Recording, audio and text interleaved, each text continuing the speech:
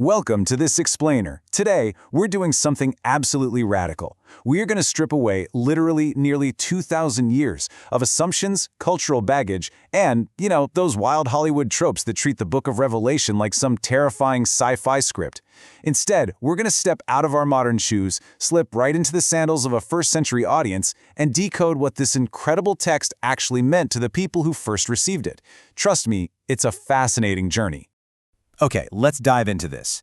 What if the apocalypse isn't actually about the literal, physical end of the world? For so long, Western interpretations have kind of treated this book like a crystal ball prediction of global destruction and doom. But to really understand this text, we have to drop that modern lens completely and recognize that its original purpose was, well, entirely different. It all starts right out of the gate with the very first word of the text. The Greek word used in Revelation 1:1 is apocalypsis. Now, this translates quite literally to an unveiling or a revealing of things that are normally hidden from human sight. Notice, it's not inherently a word about destruction. Rather, it's about gaining divine perspective.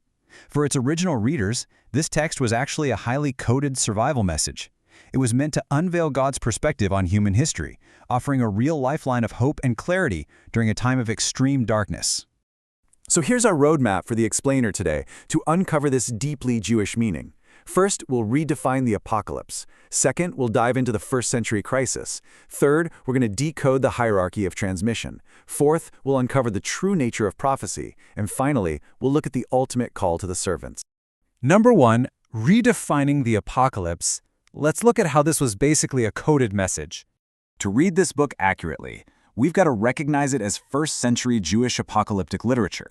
This is a genre that purposely uses vivid, cyclical imagery and highly coded terms for a very real, literal life-or-death reason.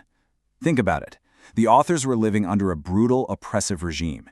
If you wrote a letter plainly saying, hey, the Roman Empire is going to fall, you'd be executed for treason on the spot. So the rabbinic sages used a brilliant workaround. They codified their message. To Roman authorities who might intercept this text, it just sounded like the bizarre religious nonsense of a pitied, defeated people. But to Jewish ears, that code carried hidden, powerful messages of Torah. It was designed to educate, inspire, and direct their hope toward the unfailing covenant faithfulness of the God of Israel. Section 2.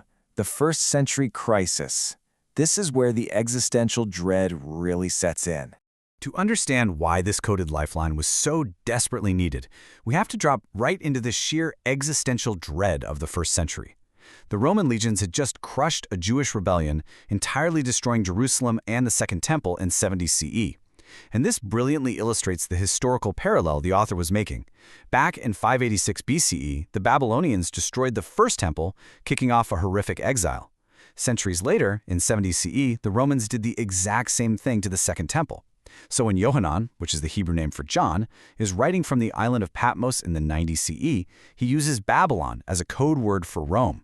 The people knew exactly what he meant. Just as the Babylonians brought destruction and slavery, so too did Rome.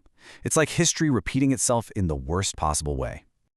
The destruction wasn't just physical, though. It was deeply spiritual. The very heartbeat of their nation was gone. They were living as slaves, scattered all over the empire, considered cheaper than a loaf of bread. And they were asking these agonizing, absolutely heartbreaking questions. Has the God of our fathers finally abandoned us? Is the Holy Covenant broken beyond repair? Is the promised eternal kingdom of David utterly forsaken? They desperately needed answers. Section 3. Hierarchy of transmission. The divine chain of command. The answers to those desperate questions arrive right away in the first 3 verses of Revelation 1. These opening lines establish a highly structured chain of command.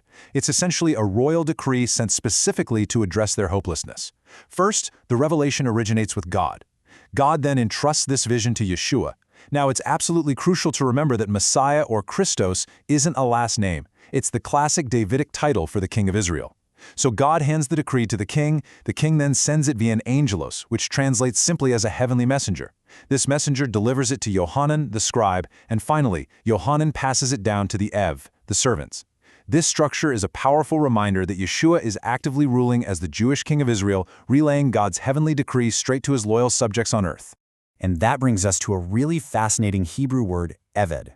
This word means servant, but it's deeply, deeply tied to the concepts of work and worship. To be an eved of God is a calling of active covenant loyalty.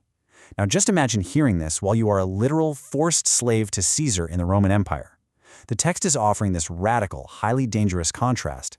It's whispering to them, Caesar might own your body, but you are an Eved, a royal servant of the true King of Israel. Section 4. The true nature of prophecy. Guarding the word. Now, what's really interesting about this is what Revelation 1:3 says. Blessed is the one who reads aloud the words of this prophecy and who keep what is written in it. But wait, how do you keep or do a prophecy if it's just a prediction of the future?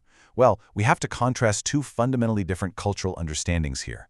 In the Greco-Roman world, prophecy was like the Oracle of Delphi, right? It was fortune-telling, predicting inescapable future events. But Hebrew prophecy is profoundly different. It is about receiving God's perspective on the past and the present in order to inspire active covenant loyalty right now, pushing back against Roman tyranny. It's an unveiling of the spiritual reality of the present moment so that you know exactly how to act, how to endure, and how to remain a faithful slave of the king. And to prove this loyalty, Yohanan introduces God with that famous phrase, him who is, and who was, and who is to come. Actually, scratch the idea that this is just some poetic statement about time. It's a direct callback to God's introduction to Moses at the burning bush in Exodus 3. I will be that which I will be. It represents an action, a continuous, unbreakable covenant-keeping action.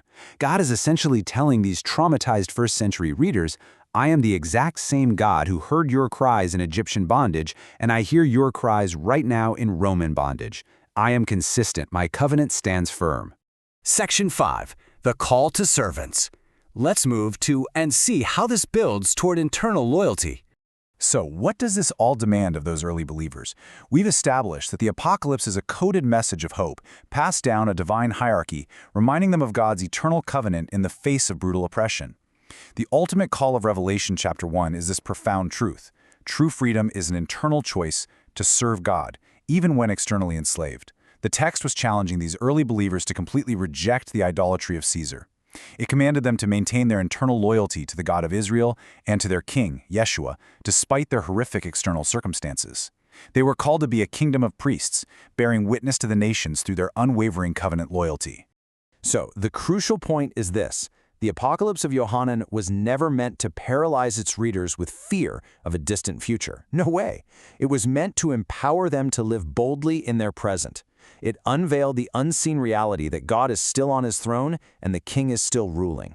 Which leaves us with a lingering question for our own lives. How are you guarding the words of this prophecy and choosing internal loyalty today? What external pressures are you allowing to dictate your internal freedom? I hope this explainer has completely shifted how you view this ancient text and leaves you eager to uncover even more of its hidden depths.